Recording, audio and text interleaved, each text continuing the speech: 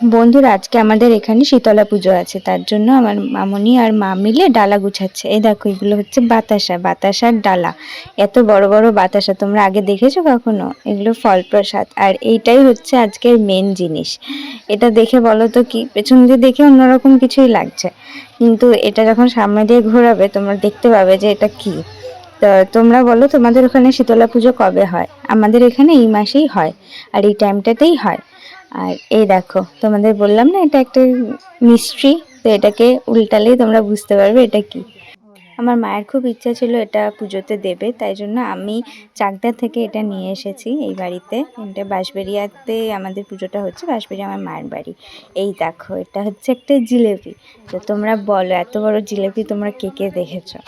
এটা তো আমার কাছে খুবই একটা আকর্ষণীয় বিষয়। আমি জানি না যে পুজোর ওখানে গেলে এটা দেখে বাকিরা কি বলবে। তোমরা জানিও কেমন লাগলো। টাটা।